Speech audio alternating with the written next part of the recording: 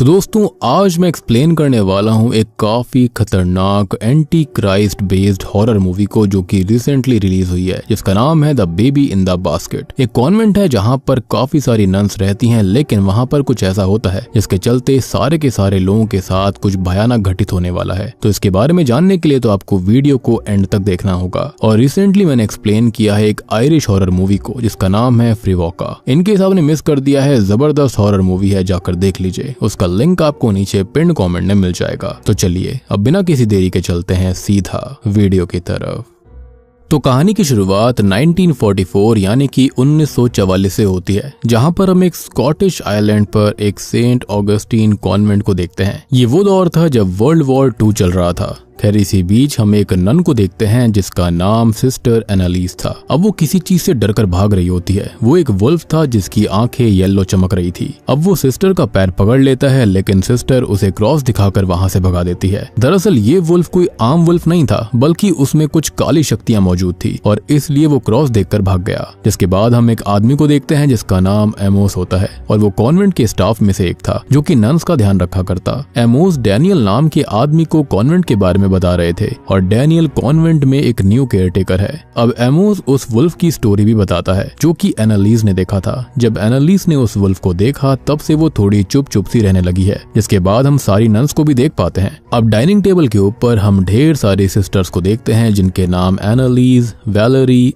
Agnes, Lucy और Eleanor था। साथ ही साथ वहाँ पर उनके साथ मदर सुपीरियर भी मौजूद होती है। अब मदर सुपीरियर उसको कहा जाता है जो कि सारी नन्स के ऊपर नजर रखा करती, या फिर आसान भाषा में कहें तो वो सारी नन्स की हेड होती है। खैर यहाँ पर सिस्टर एलेनोर सिस्टर एनालिस की वुल्फ वाली बात निकालती है। दरअसल वो इन सब बातों को बकवास माना करती, क्योंकि असल में ये आइलैंड एक रिमोट आइलैंड था और यहाँ पर वुल्फ का होना संभव नहीं है। लेकिन सिस्टर एनालिस कहती है कि उसने सच में उसको देखा था और उसके साथ साथ लूसी ने भी उसको देखा। लेकिन लूसी यहाँ पर थोड़ा हिचकिचा रही थी। यहाँ पर एनालिस और लूसी बदल सी गई थी। वो काफी ज्यादा डरी डरी सी रहने लगी थी और ये देखकर एलेनोर उनका मजाक बनाने लगती है। खैर अभी सब देखकर मदर सुपीरियर उसे उसके कमरे में नाश्ता करने के लिए भेज देती है, जिसके बाद एलेनोर वहां से चली जाती है। अब हमको पता चलता है कि कल एलेनोर अपने घर जाएगी, लेकिन एनालिस को भी अपने घर जाना था, इसलिए वो भी एलेनोर के साथ ही जाने वाली है। खैर इसके बाद हम सिस्टर एग्नेस को देखते हैं जो कि एलेनोर के पास जाती है, जहाँ पर हमको पता चलता है कि एलेनोर गॉड पर भी भरोसा नहीं करती। साथ ही साथ वो बहुत ही ज्यादा रूड है। दूसरी तरफ हम सिस्टर एनालिस को लूसी के पास देखते हैं। एनालिस लूसी से कहती है कि वो वुल्फ उस दिन उसने भी देखा था ना। उसकी बात सुनकर लूसी थोड़ा पैनिक करने लगती है और तब एनालिस उसे ये कॉन्वेंट छोड़ने के लिए कहती है। वो उसे उसके साथ चलने के लिए कह रही थी, लेकिन वो ये कॉन्वेंट नहीं छोड़ना चाहती। खैर यहाँ पर एनालिस को लगता है कि कोई डार्क एनर्जी है जिसका साया कॉन्वेंट के ऊपर आ चुका है। खैर अब यहाँ पर एनालिस के पास वैलेरी आती है। सिस्टर वैलेरी उससे पूछती है कि क्या वो श्योर है वो यहाँ से जाना चाहती है, जिस पर सिस्टर एनालिस ये कहती है कि यहाँ पर कुछ बहुत ही बुरा आने वाला है और वो एक खतरा होगा और उसके आने से पहले वो यहाँ से निकलना चाहती है। अब अगले दिन सिस्टर एनालिस और सिस्टर एलेनोर वहाँ से निकल जाते हैं, जिन्हें बाहर डैनियल छोड़ने आया था। अब अगले सीन में सारी नन्स प्रेयर गा रही होती हैं और डैनियल भी वहाँ पर मौजूद था कि तभी वहाँ पर एमोस आकर उसे बताने लगता है कि वो सिस्टर वैलेरी और लूसी के रूम का कबर्ड रिपेयर कर दे। जिसके बाद वो ऐसा ही करने लगा, लेकिन हमको पता चलता है कि डैनियल का कैरेक्टर थोड़ा सा ढीला है। वो वैलेरी और लूसी के रूम में उसके ड्रॉर को चेक करता है, जिसमें से उसे कुछ फोटोज मिलते हैं। वो फोटोज काफी पुराने थे और लूसी के थे जब वो नन नहीं थी, और उसकी फोटो के अंदर उसके साथ एक व्यक्ति भी था।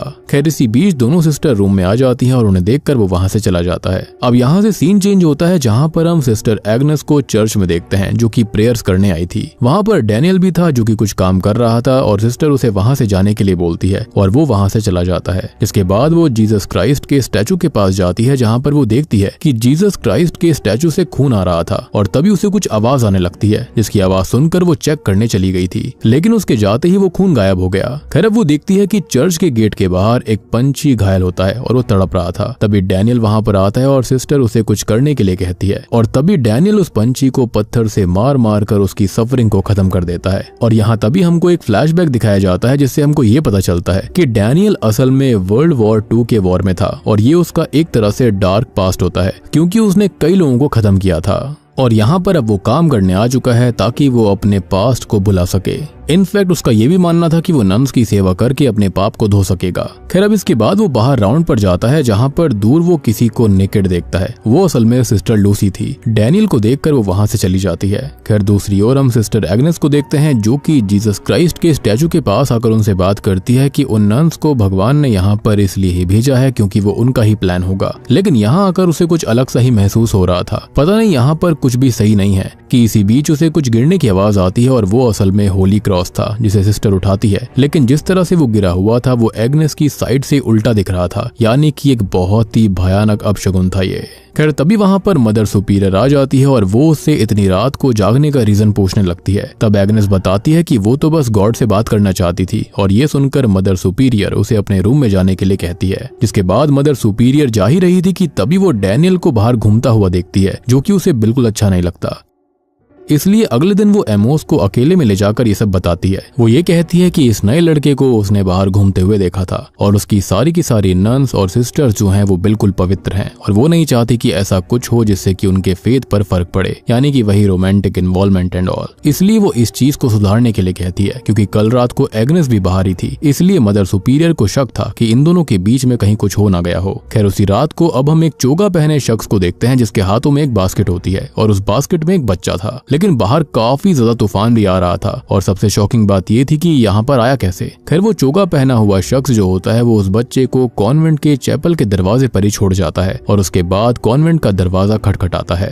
अब दरवाजे की आवाज सिस्टर वैलेरी सुनती है जिसको सुनकर वो बाहर आती है। बाहर उसे वो बास्केट और वो बच्चा मिलता है जिसे वो अंदर ले आती है और बच्चे की आवाज सुनकर वहाँ पर मदर सुपीरियर भी आ गई थी। बच्चे को देखते ही उसने अपने हाथों में उठा लिया था। वैलेरी कहती है कि कौन इतनी रात को इस बच्चे को यहाँ छोड़ गया होगा, जिस पर मदर सुपीरियर कहती है कि इस खराब मौसम के चलते तो यहाँ पर इस बच्चे का आना बिल्कुल नामुमकिन है। खैर इसी बीच वहाँ पर एग्नेस भी आ जाती है और यहाँ पर हम मदर सुपीरियर के चेहरे पर एक अजीब सी खुशी देखते हैं। शायद उसे बच्चे पसंद होंगे। दरअसल ये बच्चा जो था ना वो कुछ ही हफ्ते का था। खैर अब यहाँ पर हम देखते हैं कि मदर सुपीरियर उस बच्चे के लिए दूध लेने जाने लगती है और वैलेरी डैनियल के साथ उस बच्चे को कौन लेकर आया है वो चेक करने जाती है और उनके जाने के बाद उस बच्चे का ध्यान एग्नेस रखेगी। खैर उनके जाने के बाद में एग्नेस उस बच्चे को गौर से देखने लगती है और वो ईश्वर से पूछती है कि क्या ये कोई इशारा है और बस उसके इतना कहते ही वहाँ पर तेज हवाएं चलने लगती हैं, मोमबत्तियां बुझ जाती हैं और जीसस क्राइस्ट का स्टैचू गिरकर टूट जाता है और ये सब देखकर वो रोने लगती है। वो उस बच्चे को डेविल कह रही थी। उसकी आवाज सुनकर वहाँ पर मदर सुपीरियर और डैनियल भी आ जाते हैं। अब एग्नेस उस बच्चे को मारने की कोशिश कर रही होती है लेकिन डैनियल उसको रोकता है। लेकिन एग्नेस बार बार उस बच्चे को डेविल कह रही थी और ये देखकर मदर सुपीरियर और डैनियल उसे एक रूम में बंद कर देते हैं। जिसके बाद हम देखते हैं कि मदर सुपीरियर अब एक माँ की तरह उस बच्चे का ख्याल रख रही थी, जो कि बहुत ही वियर्ड बात थी और ये वैलेरी भी देख रही होती है। तब मदर सुपीरियर बताती है कि उसे हमेशा से एक बच्चा चाहिए था। तभी डैनियल आकर उससे पूछता है कि इस बच्चे का वो क्या नाम रखेगी, जिस पर मदर सुपीरियर कहती है कि इसका नाम पीटर होगा। खैर इसके बाद में हम देखते हैं कि डैनियल और वैलेरी अपने अपने रूम में कपड़े बदलने जाने लगे क्योंकि तूफान से उनके कपड़े गीले हो गए थे। खैर यहाँ पर कपड़े बदलते हुए लूसी डैनियल को देख लेती है और चुपचाप वहाँ से चली जाती है। ये सब एमोस भी देख रहा था। तब वो डैनियल को वार्न करता है कि वो भूले नहीं कि वो यहाँ पर सिर्फ एक केयर टेकर है। खैर दूसरी ओर हम लूसी को देखते हैं जो कि अपने रूम में थी और वो कुछ परेशान दिख रही थी। तब वैलेरी उससे पूछने की कोशिश करती है कि आखिर बात क्या है, वो इतनी घबराई हुई क्यों है और साथ ही साथ वो उससे एग्नेस के बारे में पूछने लगती है। लेकिन यहाँ पर वो उसे कुछ नहीं बताती। लेकिन जब वैलेरी जबरदस्ती करती है तब लूसी उसे धक्का दे देती है, जिसके बाद लूसी जाती है सीधा मदर सुपीरियर के पास में, जहाँ पर मदर सुपीरियर बच्चे को खिला रही थी। लेकिन उस बच्चे के पैर बकरी के पैरों में बदल चुके थे और ये देखकर लूसी समझ जाती है कि ये बच्चा ठीक नहीं है और इसलिए वो जाती है सीधा एग्नेस के पास में। अब एग्नेस उसे कहने की कोशिश करती है कि वो बच्चा ईविल है, लेकिन लूसी किसी और चीज को लेकर परेशान थी और ये बात एग्नेस भी समझ चुकी थी। दरअसल लूसी का जो पास्ट होता है ना वो ठीक नहीं था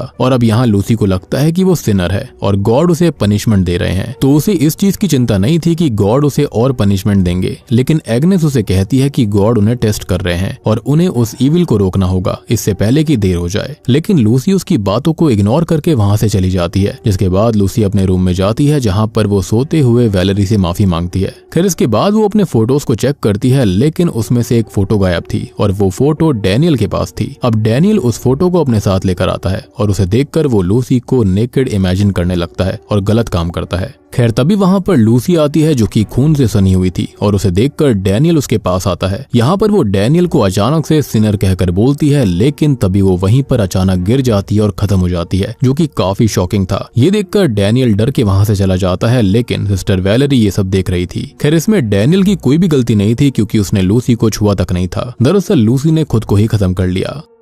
अब इसके बाद अगले दिन डैनियल चैपल के अंदर था जहां पर उसे लूसी के खत्म होने का रिग्रेट था। वो वैलेरी से पूछता है कि क्या भगवान उसे माफ करेंगे, जिस पर वैलेरी हाँ बोलती है क्योंकि इसमें उसकी गलती नहीं थी। खैर इसके बाद वैलेरी जाती है मदर सुपीरियर के पास में लूसी के बारे में बात करने। वो मदर सुपीरियर से कहती है कि क्या भगवान लूसी को माफ करेंगे, जिस पर मदर सुपीरियर कहती है कि ये सब तो उनको भगवान पर ही छोड़ देना चाहिए। और यहाँ पर हम देखते हैं कि जो मदर सुपीरियर थी ना, वो पूरी तरह से उस बच्चे की मोह माया में खो चुकी थी। खैर अब वैलेरी जो होती है वो चैपल के स्टोर रूम में जाती है जहाँ पर एलेनोर वाइन पी रही थी और उसे देखकर वैलेरी चौंक जाती है क्योंकि वो तो वहाँ से जा चुकी थी। तब वो ये बताती है कि उसने ये सब असल में तूफान से बचने के लिए किया था और वो कहीं पर भी नहीं गई थी। खैर वो बहुत ज्यादा ड्रंक होती है, इसलिए वैलेरी उसे अपने साथ किचन में लेकर आती है। वहाँ पर उसे लूसी के बारे में पता चलता है और वो उसके बारे में उल्टा सीधा बोलने लगती है कि तभी वहाँ पर मदर सुपीरियर आ गई थी। अब वो एलेनोर की खराब हालत देखकर काफी गुस्सा हो जाती है, लेकिन एलेनोर उल्टा सीधा बोलते ही जा रही थी। तब मदर सुपीरियर उसको एक थप्पड़ मारकर शांत करती है। खैर उनको लग रहा था कि वो एलेनोर ही थी जो कि उस बच्चे को यहाँ पर लेकर आई, लेकिन एलेनोर को तो इस बारे में कोई आइडिया भी नहीं था कि यहाँ पर कोई बच्चा आ चुका है। अब यहाँ पर एलेनोर बताती है कि तूफान की वजह से उनकी बोट टूट गई थी, लेकिन एलेनोर को नहीं पता कि उसके साथ वाले लोगों का क्या हुआ जो कि बोट पर थे। साथ ही साथ उस बोट पर एनालिस भी थी, तो उसके साथ क्या हुआ उसे कुछ भी याद नहीं है।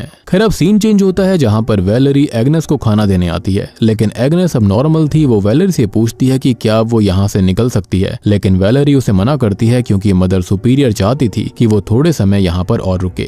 अब यहाँ एग्नेस लूसी के बारे में दुख जाहिर करती है, लेकिन वैलेरी ने तो उसे लूसी के बारे में कुछ बताया ही नहीं था, तो आखिरकार उसे इस बारे में पता कैसे चला। अब इस बात पर वो कहती है कि खत्म होने से पहले लूसी उससे मिलने आई थी, जिस पर वो पूछती है कि उसने उसे क्या कहा था, जिस पर वो बताती है कि उसने लूसी को असल में खाली देखा था और वो जो बच्चा है उसने उसे बताया था कि क्या होने वाला है। और वैलेरी को ये बातें झूठी लगती है, लेकिन एग्नेस कहती है कि वो झूठ नहीं बोलती। खैर अब वो वैलेरी से पूछती है कि वो सच बताए। उसे लगता है कि इन सब में भगवान का हाथ है, मतलब कि लूसी का खत्म हो जाना, उस बच्चे का मिलना और ये सारी चीजें जो अब तक हो रही हैं वो सब। तब वैलेरी उसको हाँ बोलती है, लेकिन यहाँ पर ये सब एग्नेस को शैतान की साजिश लग रही थी। खैर अब सीन चेंज होता है जहाँ पर मदर सुपीरियर, एलेनोर और वैलेरी बच्चे को बैप्टाइज करने आते हैं, लेकिन तभी वैलेरी के कानों में कुछ फुसफुसाने की आवाज आने लगती है। यहाँ पर वैलेरी को कुछ भी ठीक नहीं लगता। तब वो देखती है कि मदर सुपीरियर के हाथ खून से सने हुए थे और वो एक उल्टा क्रॉस बेबी के सर पर बना रही थी। ये देखकर वो डर जाती है, लेकिन असल में ये सब एक हेलुसिनेशन था। खैर अब ये सब देखने के बाद में वो जाती है एग्नेस से मिलने के लिए। दूसरी ओर एग्नेस जो होती है उसके कानों में भी कुछ फुसफुसाने की आवाज आती है। तभी वहाँ पर वैलेरी आती है और वैलेरी ये सब बातें एग्नेस से करने आई थी, लेकिन यहाँ पर एग्नेस दोबारा कहने लगती है कि वो बच्चा डेविल का वेसल है और ये सुनकर वैलेरी उसे दोबारा पागल समझने लगती है।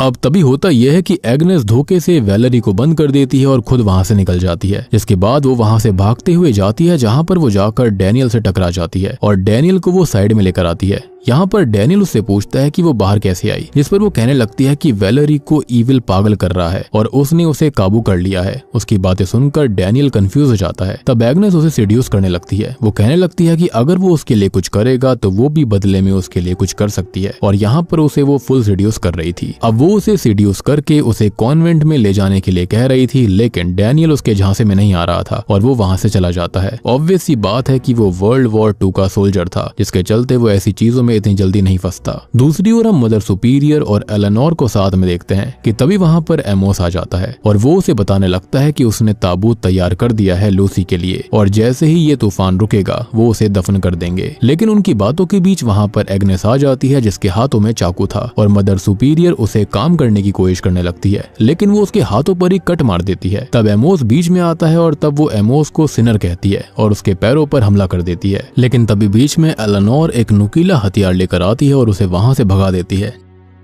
इसके बाद हम डैनियल को देखते हैं जो कि एग्नेस के साथ ही था और एग्नेस ने उसे फाइनली रिझा लिया था। अब एग्नेस और वो इंटीमेट हो रहे थे क्योंकि कहीं ना कहीं एग्नेस ने उसे काफी सीड्यूस कर दिया था। लेकिन इसी बीच वो देखता है कि उसके हाथों पर कील ठुकी हुई थी और ये देखकर वो चिल्लाने लगता है, लेकिन असल में ये सब उसका सपना था जिसके चलते वो उठ जाता है। जहाँ पर वो एलेनोर से मिलता है और एलेनोर एमोस के खाने में पेन किलर मिला रही थी क्योंकि एमोस के ऊपर एग्नेस ने हमला किया था। दूसरी ओर हम वैलेरी को देखते हैं जिसके दिमाग में अभी भी शैतानी आवाजें आ रही थी। तब वो फ्रस्ट्रेटेड सी हो जाती है और गॉड से हेल्प मांगती है, लेकिन वहाँ पर तभी एग्नेस आ जाती है। वो उसे कहने लगती है कि क्या गॉड उससे वाकई प्यार करते हैं और इसे वो टेस्ट कर सकती है। खैर यहाँ पर एग्नेस उसे फांसी का फंदा देकर कहती है कि वो इससे लटक जाए और अगर गॉड उससे प्यार करते होंगे तो रस्सी टूट जाएगी और अगर नहीं टूटी तो वो मर जाएगी और उसे वो फांसी का फंदा देकर वहाँ से चली जाती है। मीनवाइल मदर सुपीरियर बच्चे को ही खिला रही थी। खैर अब दूसरी ओर डैनियल जो होता है वो एलेनोर के पास आकर उसको बताता है कि एमोस अब ठीक है। कि तभी इसी बीच हम देखते हैं कि मदर सुपीरियर के हाथों में जो बच्चा था वो अब डेविल के बच्चे में चेंज हो चुका था। दरअसल ये जो बच्चा है वो वाकई में शैतानी बच्चा था, मतलब कि डेविल का बेटा। और यहाँ मदर सुपीरियर उसे एक नॉर्मल बच्चे की तरह पाल रही थी, बिना ये सब सोचे कि ये बच्चा किसका है और कहाँ से आया, उसे कौन यहाँ पर छोड़ कर गया। यहाँ मदर सुपीरियर जोर से चिल्लाती है और उसकी आवाज सुनकर डैनियल और एलेनोर उसे चेक करते हैं जहाँ पर वो घायल हालत में थी। एलेनोर उससे पूछती है कि उसकी ये हालत किसने की, जिस पर मदर सुपीरियर बताती है कि पीटर ने, मतलब कि उस बच्चे ने, और इतना कहकर वो खत्म हो जाती है। लेकिन वो बच्चा अब कहाँ है किसी को भी नहीं पता था। एलेनोर समझ जाती है कि उस बच्चे को जरूर एग्नेस ले गई होगी, जिसके बाद वो लोग एग्नेस को ढूंढने लगते हैं। लेकिन हम देखते हैं कि एग्नेस अब पजेस्ड हो चुकी है। वो उस बच्चे को चैपल में रख देती है और इसके बाद वो एमोस के पास जाती है जहाँ पर वो उसको बताती है कि मदर सुपीरियर खत्म हो चुकी है। एमोस को लगता है कि उसे एग्नेस ने ही खत्म किया होगा, लेकिन एग्नेस बताती है कि उसे उसकी चॉइस ने खत्म किया है। उसने चुना बच्चे को और बच्चे ने उसे ही खत्म कर दिया। और अब यहाँ वो उससे कहती है कि क्या वो उस बच्चे को अपनी जान से बढ़कर बचाएगा, जिस पर वो पूछता है कि वो उससे ये सब क्यों पूछ रही है। और तब जाकर वो उसको बताती है कि भगवान ने उसकी प्रेयर्स का कोई जवाब नहीं दिया, लेकिन डेविल ने उसकी बात सुनी। डेविल ने उसे गाइडेंस भी दी, उससे बात करी और वो बच्चा डेविल का है और इसलिए वो चाहती है कि वो उस बच्चे को किसी भी हालत में बचाए। और यहाँ पर एमोस उसको समझाने की कोशिश करता है, लेकिन वो नहीं समझती। दूसरी तरफ एलेनोर को वैलेरी की लाश मिलती है जिसने खुद को ही लटका लिया था, यानी कि ये तरीका था यहाँ पर उसको खत्म करने का। ये देखकर एलेनोर को काफी बुरा लगता है। अब तभी हम डैनियल को देखते हैं जो कि चैपल के बीचों बीच था। कि तभी वहाँ पर एग्नेस आ जाती है और वो उसको फिर से सीड्यूस करने लगती है, लेकिन डैनियल सीड्यूस नहीं होता। तब वो उसे मैनिपुलेट करती है और यहाँ पर डैनियल अपनी लस्ट में खो जाता है, जिसके बाद एग्नेस उसे दीवार के पास लेकर आती है और उसे किस करती है। लेकिन ये सब उसकी चाल थी। वो डैनियल को दीवार से पिन कर देती है और उसके सर पर सिनर लिख देती है और उसके शरीर पर ढेर सारे घाव बनाकर उसे खत्म कर देती है। और यही उसने अपने सपने में देखा था।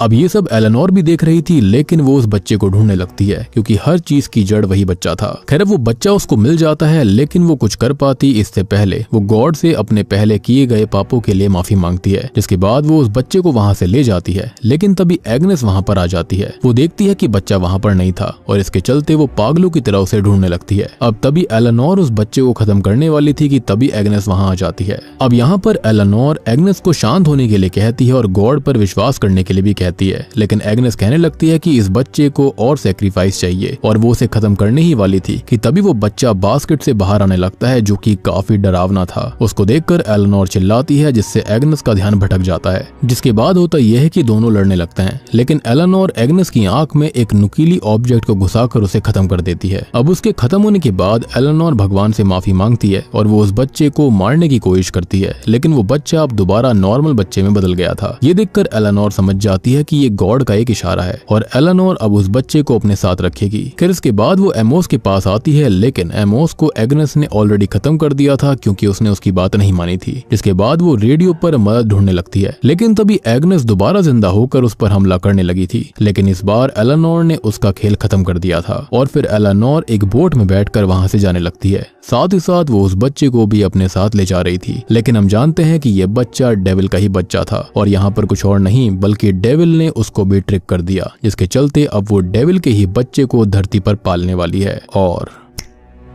बूम, इसी के साथ में the baby in the basket movie यहीं पर खत्म हो जाती है। तो दोस्तों ये थी the baby in the basket movie की कहानी। तो मैं यहाँ पर आपको बताना चाहूंगा कि ये जो बच्चा था वो वाकई में शैतान का ही बच्चा था। शैतान ने उसे यहाँ पर इसलिए भेजा ताकि वो इन नन्स का फेथ खत्म कर दे। और मुझे ऐसा लगता है कि जो नकाब पोश व्यक्ति यहाँ पर आया था वो पक्का किसी कल्ट का ही हिस्सा होगा, जिसने फाइनली किसी तरह से डेविल के बच्चे को धरती पर लाया होगा। और उसके बाद वो इस आइलैंड पर ही उसको छोड़कर चला गया। और तो और उन लोगों को टारगेट बनाना डेविल के लिए इजी था, क्योंकि यहाँ पर कॉन्वेंट में ज्यादा लोग सिन वाले काम कर रहे थे। जैसे कि लूसी को ही देख लो, वो नन होने के बाद भी नेकेड बाहर घूम रही थी। और एलेनोर भले ही बाद में सुधर गई थी, लेकिन पहले वो भी बहुत ही ज्यादा अजीब थी, बदतमीज लड़की थी जिसे भगवान पर फेथ ही नहीं था। और ऐसे में डेविल ने अपनी चाल चल दी और उस बच्चे के हाथों अपना अंश भेजा ताकि वो उस कॉन्वेंट को पूरी तरह से बर्बाद कर सके। और अब मेरे ख्याल से ऐसा वो दुनिया भर में करने वाले हैं। और बात करें एग्नेस की, तो एग्नेस को भी डेविल ने मैनिपुलेट कर दिया। एग्नेस उसके लिए एक अच्छा होस्ट बनी और उसने उसे पूरी तरह से यकीन दिला दिया कि भगवान है ही नहीं। तो यहाँ पर उसकी कौन सुन रहा था?